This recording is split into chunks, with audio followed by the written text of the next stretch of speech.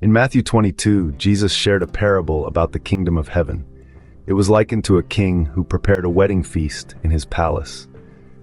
Before the feast began, the king sent out his servants to invite guests to the banquet. Yet those summoned by the king paid no heed to his invitation. Some even went as far as to insult and kill the king's servants. Infuriated, the king sent his troops to destroy these murderers and burn down their city. He then ordered his servants to invite others from all corners of the earth to the feast.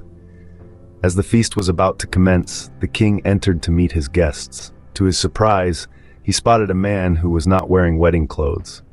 The king approached him to inquire about his attire, but the man was speechless. Consequently, he was bound and thrown into the darkness outside. Experts have deciphered this parable, explaining that the king symbolizes God and the banquet represents the gospel of Jesus Christ, God's only Son. The king's servants signify the martyrs of the gospel, and those initially invited to the feast represent the Israelites. The punishment foretells the destruction of Jerusalem in AD 70. The second group of invitees symbolizes God's call to the Gentiles. The man who attended the feast without wedding clothes represents nominal Christians who have not truly repented. Two intriguing questions have been raised about this parable. First, why would the people dare to reject and ignore the king's invitation and even kill his servants? Isn't this a criminal act? Second, the second group of guests was invited directly from the streets. It is unlikely they were already wearing wedding clothes. How did they all arrive at the feast wearing wedding clothes, with only one person not in proper attire? A plausible explanation is that the king was not a local king and therefore held no authority or power in that land.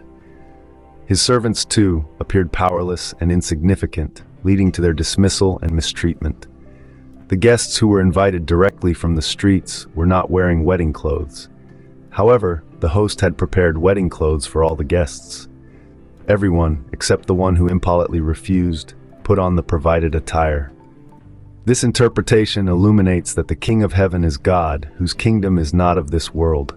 Therefore, his servants are persecuted when they come to this world. The wedding clothes represent righteousness, a grace received through acceptance of Christ, not a human creation. The conclusion of this parable of the kingdom of heaven is, "For many are called, but few are chosen." In layman's terms, don't be deceived by the crowded religious places during festivals. The number of people who have truly been saved and have the life of Christ is small. Religious places today are filled with people seeking blessings, but few are genuinely pursuing truth. Many want to go to heaven, but few are willing to sacrifice and follow Christ. If you ask those who follow Christ, they may claim they love him, make donations, and have a long history with the religion. Their mouths are full of love for God. But if they examine their hearts, how much of their love is pure, without deceit, complaint, rebellion, or demands? God calls not the perfect and unblemished, but those he chooses are indeed those who truly love him. Therefore, those genuinely seeking the kingdom of heaven are always cautious of their actions, examining their intentions and thoughts.